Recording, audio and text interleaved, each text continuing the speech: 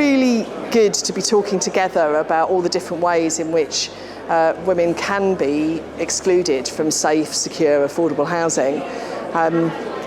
A lot of my focus initially is talking about just the economic disadvantages that women face. So women on average earn 18.2% less an hour than men, but that varies across communities. So Bangladeshi and Pakistani women earn on average 26.2% less per hour, and Black African women 20% less. And then women are much more likely to work part-time or to take breaks in work due to their caring responsibilities. A woman on median income could not afford to rent an averagely priced rented flat in any region in England, whereas a man could afford to rent a man on average income could afford to rent a flat in every region except London. And even in London, they were more able to afford than women. So yet, are women locked out of the housing market? Absolutely. A woman on average income, not even someone in the lowest 25%, can't afford an average private rented flat. So the housing sector has to step up, and we talked a lot about what the housing sector needs to do to step up.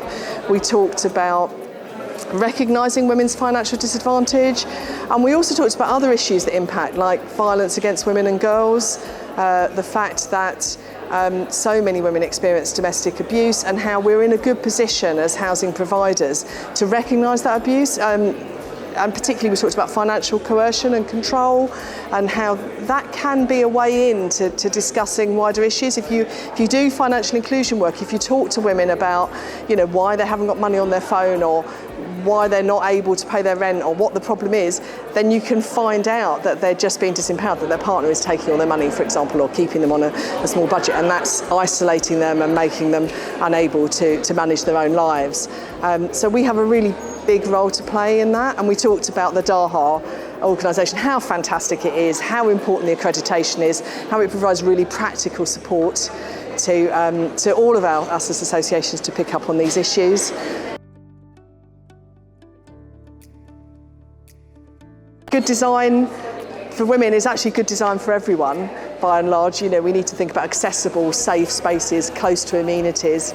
If you are a single parent with a child and you're stuck in the middle of nowhere without a car or the ability to pay for transport, then you can become really isolated. We need to think about those things. That's really important if you've got a disability, really important for older women.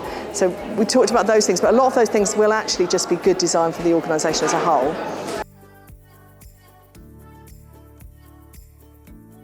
Sabre and I are co-chairs of the Women's Housing Forum, which is an organisation which is working to amplify the voice of those concerned about women's disadvantage in the sector.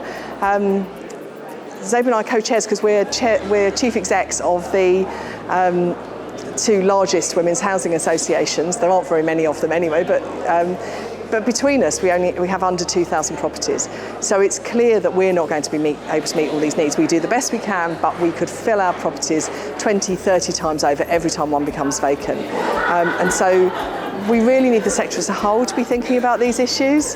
And today was a really good opportunity to showcase those issues, and to showcase the forum, and to ask people to get involved. Anyone can join our mailing list. Just let us know. We will keep you informed of any events.